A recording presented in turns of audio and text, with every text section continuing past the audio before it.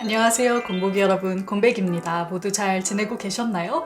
오늘은 제가 지난주 내내 정말 잘 읽은 책을 여러분께 소개해 드리려고 합니다. 리드 인미 라이브 함께 하셨던 분들께서는 아마 짐작하고 계셨을 거예요.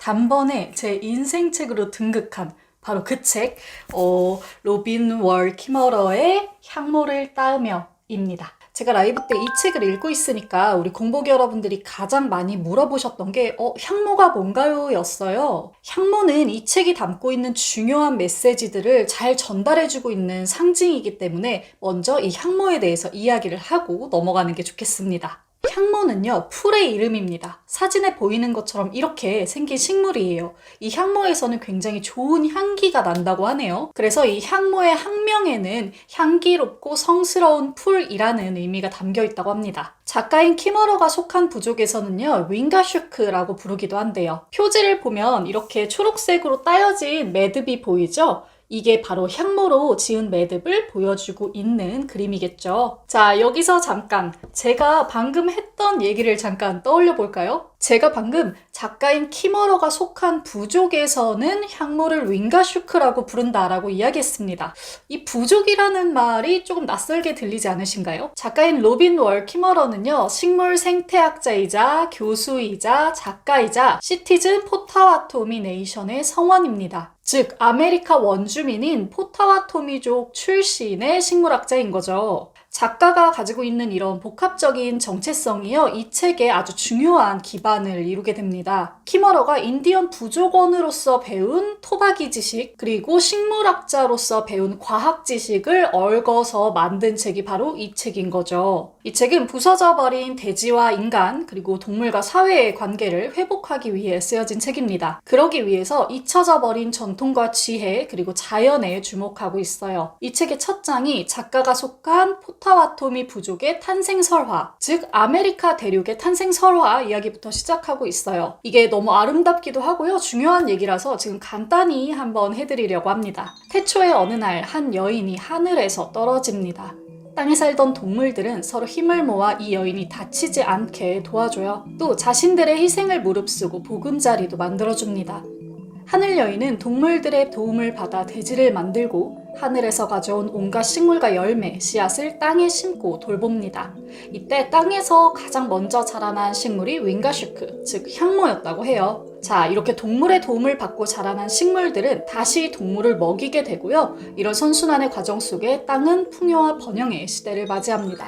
이 이야기에는 아주 중요한 가치가 한 가지 숨어 있습니다. 바로 호혜성입니다. 호혜성, 즉 서로 좋은 것을 주고받는 거죠. 이 단어는요, 이 책을 아우르는 가장 중요한 메시지입니다. 책 전반에 걸쳐서 끊임없이 반복되고 강조되는 단어예요. 방금 말씀드렸던 아메리카 대륙의 탄생 설화를 보면 동물들이 하늘 여인을 도와주고 하늘 여인들이 식물을 주고 식물들이 다시 동물을 먹이죠. 이러한 구조가 바로 호혜성을 주고받는 구조인 거예요. 작가인 키머러는요, 인간과 자연 사이에 이런 호혜성이 반드시 필요하다고 이야기하고 있습니다. 과거의 토착민들은 자연의 소리에 귀 기울일 줄도 알고 이런 호혜적인 관계를 중시하며 살아왔지만 오늘날의 우리는 자연의 것을 일방적으로 착취하고 인간 혼자만 이득을 보는 구조가 되었다는 거죠. 이것은 단순히 도의적인 책임을 떠나서 어떤 순환고리를 끊는 행위, 즉 인간이 자멸하는 행위이기도 합니다. 우리는 자연을 효율적으로 착취함으로써 내가 가진 파이를 키우고 있다고 생각하지만 사실 인류 전체의 파이는 작아지고 있다는 거죠. 자, 탄생설화와 얽힌 이런 호혜성의 이야기는 얼핏 들으면 그냥 굉장히 교훈적인 이야기 같죠. 하지만 이 향모를 따으며가 정말 탁월한 점은 이 같은 호혜성의 원리가 과학적으로도 증명된다는 것을 보여주는 데 있습니다. 이게 정말 신기하고 재밌는데요. 제가 특별히 기억나는 사례를 하나 소개해 드릴게요. 콩과 옥수수, 호박, 여러분 모두 익숙하시죠? 이 세 작물은요, 서로에게 철저히 호혜적으로 자라납니다. 작가인 키머러는 이 세 작물을 일컬어서 세 자매라고 표현하기도 해요. 셋을 함께 땅에 심으면요, 가장 먼저 옥수수가 정말 쑥쑥쑥쑥 자라난대요. 그 다음에는 콩이 이 옥수수 대에 의존해서 이렇게 감으면서 넝쿨처럼 자라난다고 하거든요. 이렇게 의지해서 자라난 콩은 식물에게는 늘 부족한 질소를 영양분으로 바꾸어서 자매들에게 골고루 공급해줍니다. 호박은 가장 늦게 이렇게 땅을 덮으면서 자라난다고 해요. 이렇게 넓게 퍼지면서 자란 호박잎은요, 옥수수와 콩 밑동에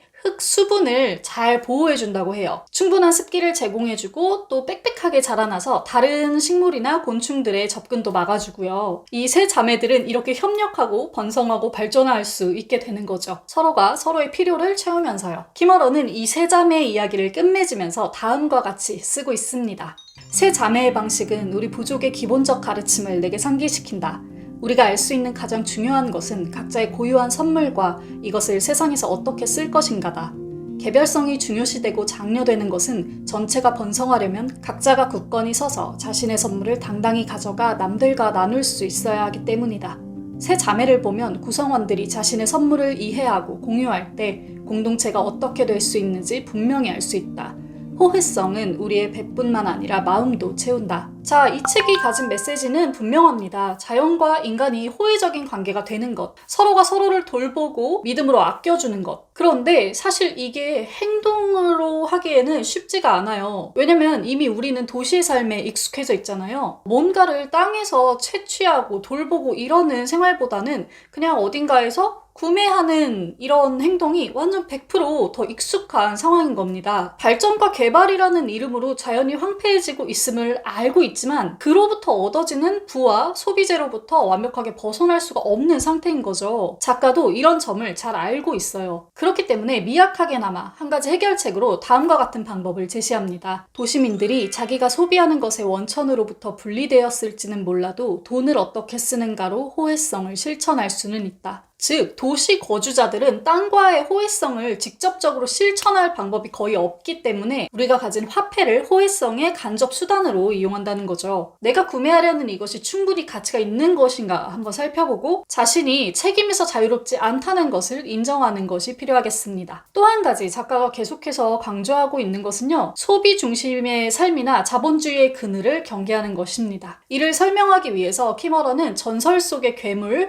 윈디고에 대한 이야기를 해줍니다. 윈디고는요, 먹을 게 하나도 없는 팍팍한 그런 겨울철에 등장하는 괴물입니다. 사람들이 배가 너무 고픈 나머지 인육을 먹게 되면 이 윈디고가 된다고 하거든요. 이 윈디고는 먹어도 배가 부르지 않기 때문에 항상 배고픔에 시달리고 영원토록 욕망의 고통을 겪는다고 해요.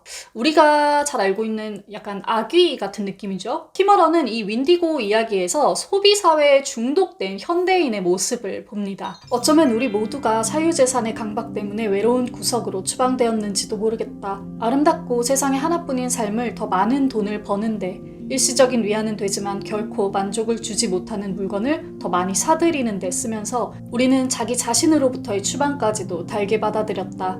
그것이 윈디고의 방식이다. 우리를 속여 소유가 우리의 허기를 채워줄 거라 믿도록 하는 것. 내가 두려운 것은 세상이 뒤집혀 어두운 면이 밝은 면으로 둔갑했다는 것이다. 방종한 이기심은 한때 끔찍한 것으로 지탄받았으나 이제는 성공의 비결로 찬양받는다.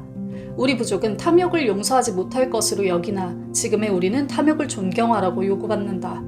소비 중심의 사고방식은 삶의 질을 내걸지만 실은 우리를 속으로부터 파먹는다. 덧붙이자면 이 윈디고의 무서운 점이요, 마치 좀비처럼 다른 사람을 물어서 타인조차도 윈디고로 만들어버린다는 데 있습니다. 이걸 지금 우리 사회에 비춰보면 우리의 어떤 채워지지 않는 탐닉, 대지와 자연을 파괴하면서까지 나를 채우려는 욕구가 다른 많은 사람들에게 전염되고 결국에는 모두가 피해자가 되는 것을 뜻한다고 볼 수 있겠죠. 이 책은 로빈 월 키머러가 정말 정성스럽게 따은 이야기입니다. 매듭의 세 줄을 각각 과학, 토박이 지혜, 전달자 이렇게 볼 수도 있고요. 생태, 경제, 호혜성으로 볼 수도 있어요. 이야기에 따라, 상황에 따라 우리는 무수히 많은 매듭을 지어볼 수 있습니다. 다만 그 안에서 꼭 기억해야 할 점은 인간은 오로지 매듭의 작은 한 가닥일 뿐이라는 거겠죠. 이 향모를 따으며라는 책은 정말 제가 평생 보물처럼 간직하고 펴보고 또 펴볼 그런 최애의 책이 되었습니다. 제가 지금까지 소개를 꽤 길게 해드렸는데 이 이야기들 말고도 정말 마음에 새겨둘 문장들이 많아요. 그 중에서 몇 개만 소개해드리자면 이렇습니다. 올 때보다 갈 때 더 좋은 곳이 되게 하렴.